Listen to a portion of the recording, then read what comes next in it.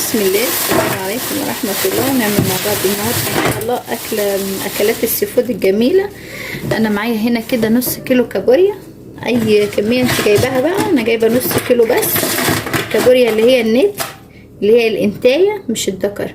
الفرق ما بينهم ان دي بتكون داخلة على حمار كده شوية، شايفة الزعنف بتاعتها بتكون حمرة كده شوية، لكن اللي هي الدكر بتكون رفيعة ارفع من دي وناشفة كده شوية، ما بتكونش فيها لحم زي دي، وبتكون الرجول بتاعتها كلها زرقاء، لكن دي فيها احمر اهو. شوف الاحمر ده احمر، لكن اللي هي الدكر بتكون كلها اللون الازرق ده، ما بيكونش فيها الاحمر ده خالص، وبتكون ناشفه كده شويه، ما بيكونش فيها لحم كتير. تعالوا بقى كده ننضفها مع بعض ونشوف بتتنضف ازاي. بسم الله. اول حاجه انا بجيب كده بفتحها، بسم الله، بفتحها من هنا اهو، شايفه الفتحه بتاعتها، واروح فاتحه كده. انا افتح عليها حنفيه الفلتر، بسم الله، اي رمل اي حاجه بقى كده، وانضفها. انا كنت منضفه معاكم الجمبري بكل التفاصيل بتاعته، هنضف دلوقتي الكابوريا. شايفه كل الحاجات العالقه فيها دي كلها هشيلها. بيبقى هنا في رمل بيتشيل، دي بطارخ وده الفوسفور بتاعها، بس انا برضو بشيله مع الرمل عشان بيبقى فيه رمل كتير، وفي الحروف دي بيبقى فيها رمل. هنضفها كده كويس جدا جدا جدا. خلاص هي كده ندفت، مش بتحتاج اكتر من كده اهو. شايفه هشوف غيرها بقى اهو، بتيجي من هنا كده من عند الصدفه دي من فوق، بسم الله، وتروحي فاتحاها كده. شايفه الشكل؟ انا هشيل لكم خالص كده، بسم الله، اوريكم. بتشيل ده كده، كل ده بيتشيل اهو، واشيل ده، شايفه كل ده، وانا بستغنى عنه خالص عشان بيبقى فيه رمل. شايفين الرمل؟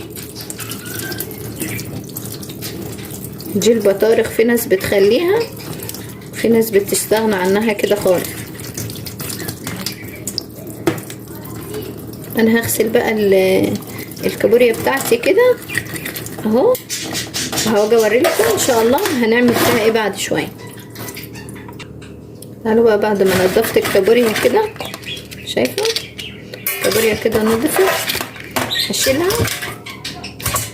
وابدا بقى في الجمبري. انا كنت جايبه لكم، كنت عامله لكم فيديو زي ما قلت لكم عن الجمبري وتنظيفه من اول، ان شاء الله هحط لكم اللينك بتاعه تحت في صندوق الوصف ان شاء الله. نجيب الجمبريه كده، انا جايبه الجمبري اللي هو الوسط كده، مش جايبه الكبير ولا حاجه، ده الصغير. بروح بقى جايبه خله من خلات السنان كده، بروح شايله بها الخيط الرملي، بيطلع معايا بكل سهوله اهو. شايفه خيط الرمل اهو طلع معايا بكل سهوله، فبشيله. عايزه تقشريه بتقشريه، انا موضحه لك بالتفصيل كل حاجه في الفيديو اللي هو بتاع تنظيف الجمبري، هحطهولك ان شاء الله في صندوق الوصف. انا هنضف كل الجمبري اللي معايا ده، وان شاء الله نشوف بقى هنعمل الوصفات بتاعتنا ازاي.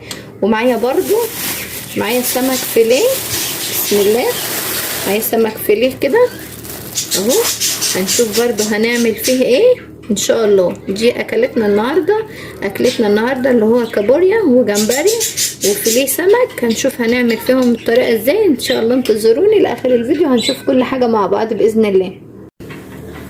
بعد ما نضفنا الكابوريا معانا اهي، ونضفنا الجمبري بالشكل ده، ودي الجمبري بعد ما تنضف وطلعنا منه قشر الجمبري، القشر مع الراس.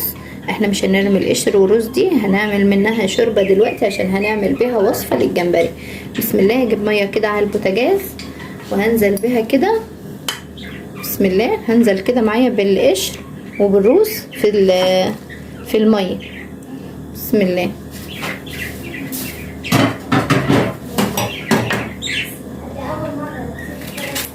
انزل عليها كده بقى بحته بصل، حته فلفل، حته فلفل كده، اعمل شوربه. ومعلقه من الصلصه. لو عندك حبه طماطم مفرومين ماشي، ما عندكش حطي كده معلقه صلصه جاهزه عاديه جدا عشان نعمل منها احلى شوربه للسمك. دي مش هتبقى شوربه سي، دي شوربه سمك، هنعمل منها الملوخيه بتاعت الجمبري ان شاء الله. بس كده عليها ورقه من اللورة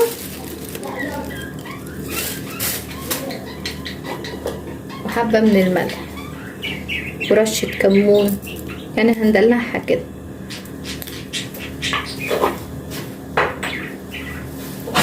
انزل عليها كده بنص معلقه من الكمون.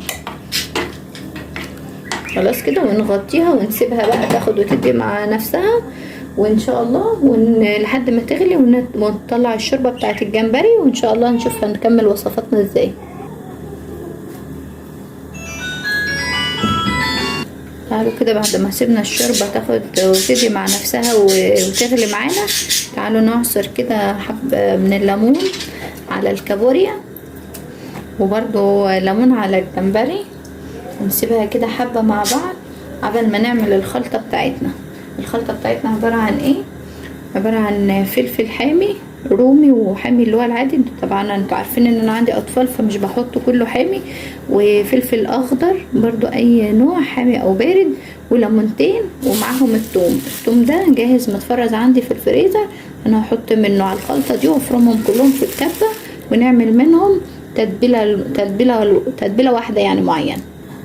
شايفين خلطها لكم كده خليط من الفلفل مع الثوم معجون كلها كده مع بعض، ما رضيتش احط عليها حاجه تاني لما اوريها لكم ان شاء الله. انا كده دلوقتي هجيب التوابل واحطه كله هنا قدامكم اهو، مش همشي من قدامكم ولا اي حاجه. احط كده التوابل، احط حبه من الكمون وحبه من الكزبره وحبه من الملح، واعصر عليها كده حبتين من الليمون بس كده. ودي هتكون بقى الخلطه اللي هعمل بيها بقى كل الاسماك اللي معايا دي، وهتبلها بيها. انا طبعا زي ما انتوا عارفين ان انا قايله لكم ان انا مش برمي القشر ده، انا بجمعه ان شاء الله، وهنعمل منه وصفات كتير كتير ان شاء الله مع بعض. شايفين انا بعصره وبشيل القشر ده في الفريزر، فانتوا اعملوا كده لحد ان شاء الله ما نجمع حبه اكتر ونعمل بيهم وصفات مع بعض ان شاء الله. واقلبهم كويس جدا، واجيب بقى حله كده على البوتاجاز، هنزل فيها بقى حبه من الزيت. حطيت في الحله كده حبه صغيرين من الزيت، بسم الله. هنزل عليهم كده بالكابوريا بتاعتي، بسم الله.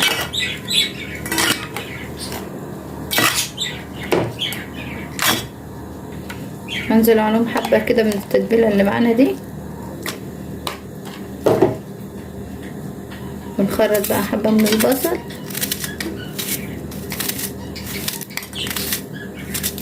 شرايح كده من البصل، وشرايح من الطماطم، وشرايح من الفلفل، ونسيبها بقى تاخد وتدي كده مع نفسها، ومش هنقلبها ولا نحط فيها المعلقه ولا اي حاجه.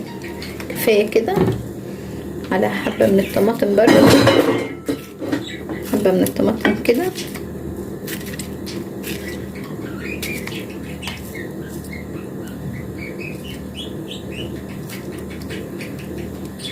وحبه من الفلفل.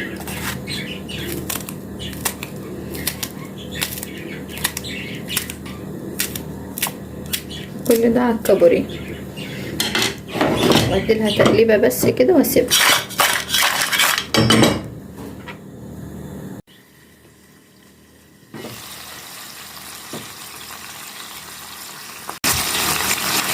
هتطلع بقى حبه من الكمون كده، وهغطيها دلوقتي، اسيبها بقى مع نفسها كده شويه. نجيب حله كده تاني على البوتاجاز على النار التانيه، على العين التانية كده اهي. هجيب كده معلقة من السمنة البلدي، بسم الله. انزل فيها كده بقى، انزل بيها في الحلة مع معلقة من المعجون اللي احنا عاملينه مع بعض من الفلفل كده والثوم، بسم الله.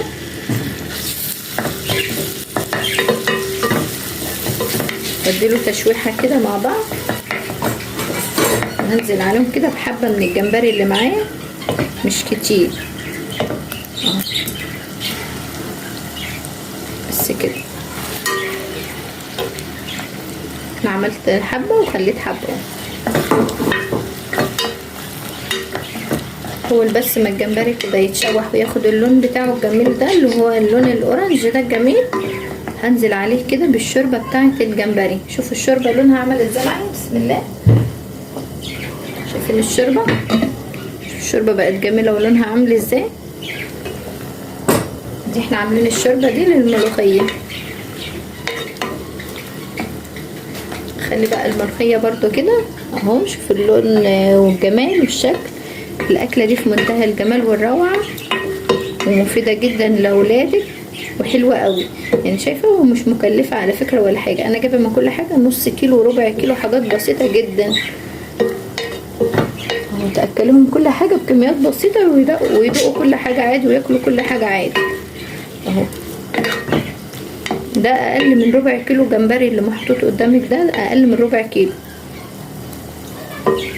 خلي بس كده التومه تاخد وتدي مع الجمبري كده وريحتها تطلع، ريحتها الجميله دي، ومع السمنه البلدي قبل ما انزل بالشوربه معايا. اول ما اللون هياخد، اول ما الجمبري ياخد اللون الاورنج اللي هو بادئ ياخده معايا ده، اروح نازله عليه كده بالشوربه. سيبه بس حبه على بال ما الجمبري ياخد معايا اللون الجميل اللي بياخده ده. شايفين حبه الجمبري دول؟ هاخد عليهم كده حبه من الثوم اللي انا عاملاه ده بالخليط بالمعجون بالفلفل، وهقلبه فيه كده واسيبه حبه لحد ما دوره يجي. هنشوف هنعمل به ايه. هقلبه كويس لحد ما نكمل عليه. نكمل كده حبه تاني وهنشوف هنكمل بقيه وصفاتنا ازاي. خليكم معايا كده لاخر الفيديو. شايفه اللون الجميل اللي خده الجمبري ده؟ هنزل بقى كده دلوقتي معايا بالشرب. بسم الله.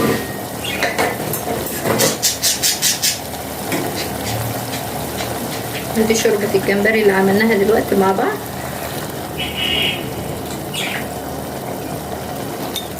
مصفى كده او المقصوصه دي او اي حاجه انك تصفي بيها الميه بتاعت الجمبري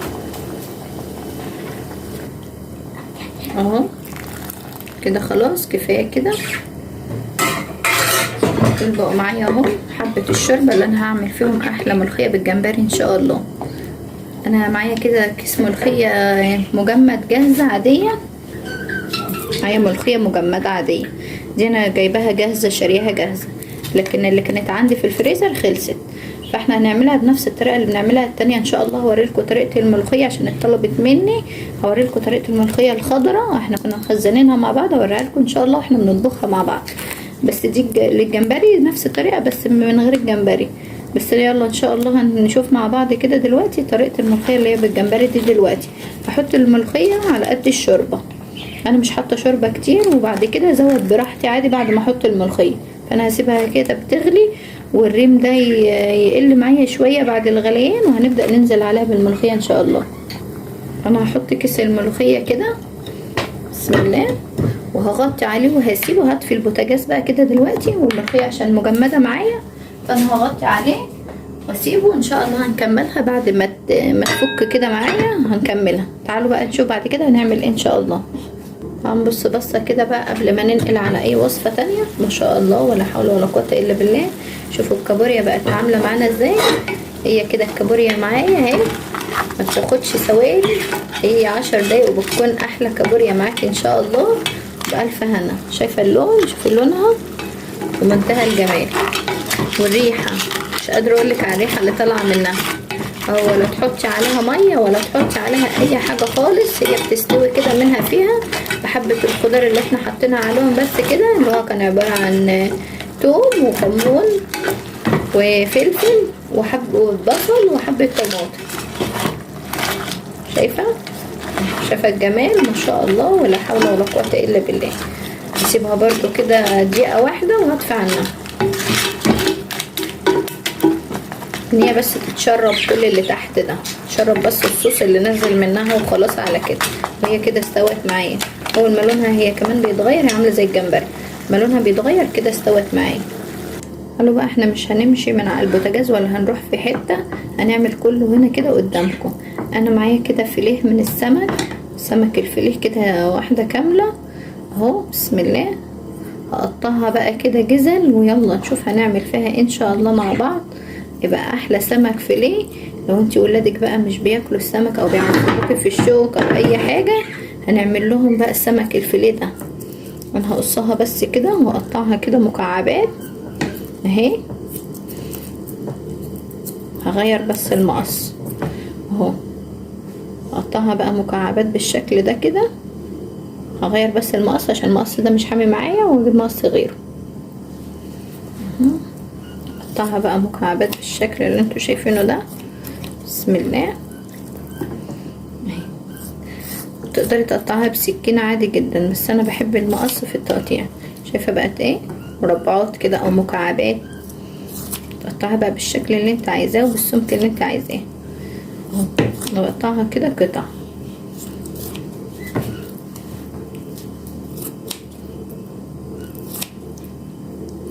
دي بقى بتسهل عليكي جامد، ودي اول وصفة في وصفات الفيليه ان شاء الله هنعملها مع بعض، وبعد كده هنعمل منه وصفات كتير قوي من فيليه السمك ان شاء الله باذن الله يعني.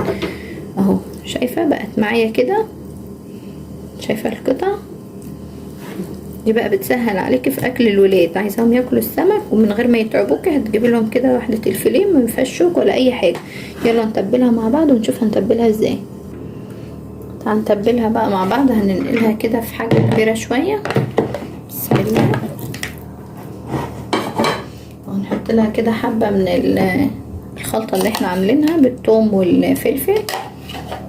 وهجيب بقى دلوقتي التوابل. احط كده حبة من الملح، وحبة من الكمون، وهنزل عليها كده بالليمون. نعصر بقى كده ليمونتين. هي دي تتبيلة اي سمك، كمون وليمون وكزبرة وثوم. تقدري تستغنى عن الثوم عادي جدا، تحطي بصل.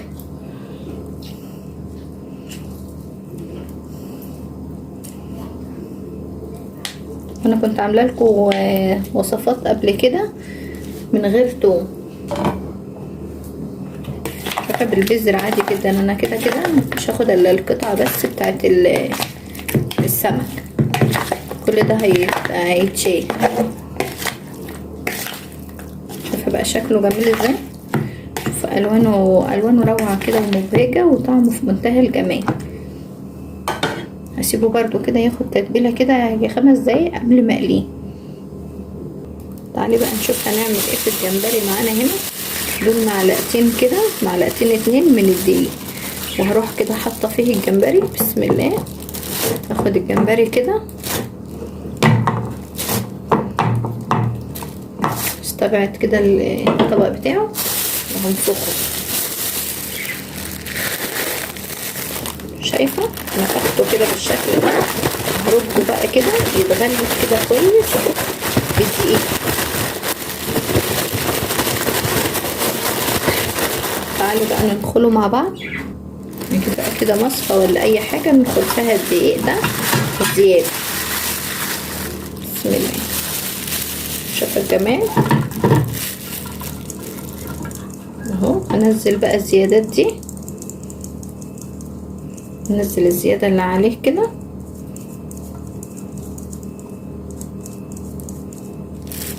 وده بيكون معايا شكل الجمبري قبل ما يتحمر. شايفه؟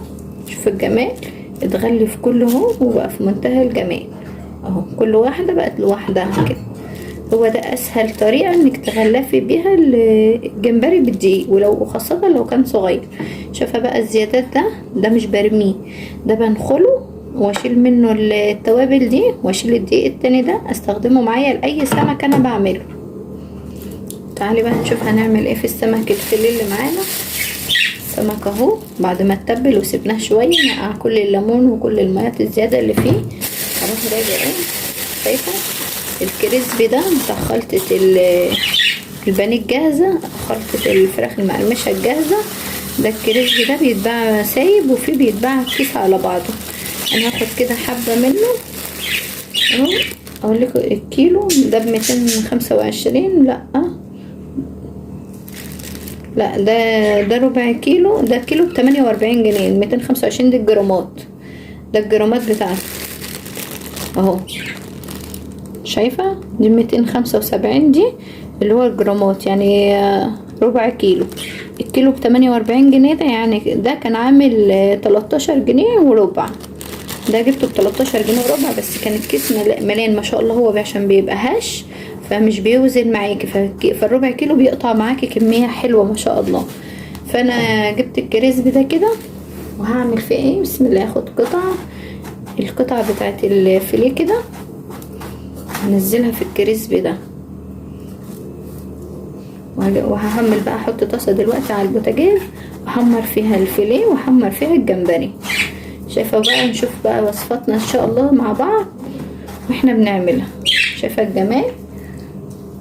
هنفض بس كده التتبيلة عليه والبذر بتاع الليمون. وبقت وصفتنا اهي للنهارده وشكلها في منتهى الجمال والروعه.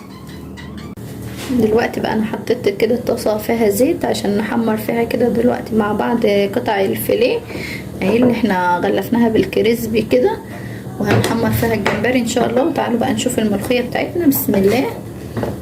الملوخيه بقى انا سبتها لحد ما فكت خالص. الجمبري طلع على الوش اهو. كيس الملوخيه فك خالص معانا اهو. بس افكه بايه؟ بالمضرب كده، بالمضرب كده، وهفكها كلها من بعضها. طبعا انا في كتير بيقول لي اصور براحتي وبعدين اسجل علشان الصوت، بس انا بعيشكم كل حاجه معايا اهو. بعيشكم معايا الطشه والاجواء وكل حاجه كانه بس مباشر كده، وبوريلكم كل حاجه قدامكم. يعني حتى لو حاجه باظت هتشوفوها قدامكم، لو حاجه متصلحه هتشوفوها قدامكم. لان انا كمان كان هدفي من القناه قلت تعليم البنات الصغيرين، مش مهم بقى. انزل بقى كده بالجمبري الاول ان انا احمره، وبعد كده احط بقى البانيه الكريسبي ده علشان الكريسبي بينزل في الزيت.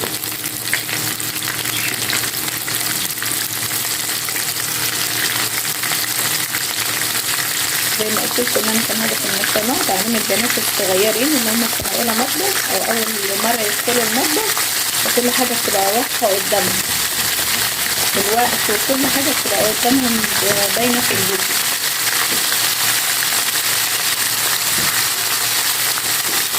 هعمل طشه كده للثوم للملوخيه، طشه من الثوم كده للملوخيه اهي، من نفس الخلطه اللي احنا كنا عاملين بيها متبلين بيها الاسماك معانا في الفيديو. هتتعمل كده وهخش بيها الملوخيه دي هوريها لكم ان شاء الله في الاخر. تعالوا بقى كده نشوف دلوقتي الجمبري اهو. الجمبري في منتهى الجمال خلص معايا. هخرجه بقى كده وهوريه لكم ان شاء الله بعد ما اخرجه. شايفه مكان ما انا حمرت الجمبري رحت رصه كده، رصه من قطع البانيه اللي معايا، بانيه السمك او قطع فيليه السمك ان شاء الله مخرجها برضه هوريها لكم. نحط بقى الطشه كده على الملوخيه. بسم الله. ناخد حبه كده من الملوخيه كده. بقت الملوخيه معايا جاهزه اهي، نشوفها على الغرف برضه ان شاء الله. وادي كده الكابوريا بتاعتي بعد ما خرجت اهي. ادي الكابوريا، وده فيليه السمك، سمك الفيليه، وده معايا كده الجمبري برضو بمنتهى الجمال والروعه. هنا معايا كده برضو الملوخيه اهي مليانه جمبري اهي. شايفه الجمبري فيها عامل ازاي بمنتهى الجمال والروعه. وبألف هنا وشفا يا رب على قلبكم اللي يجرب الوصفات بتاعتي ان شاء الله. ولو عجبتكم بقى ما تنسوش تحطوا لايك للفيديو، تشتركوا في القناه لو مش مشتركين، وتفعلوا زر الجرس على الكل عشان يوصلكم كل حاجه انا اعملها لكم. واسيبكم في رعايه الله وامنه، والسلام عليكم ورحمه الله.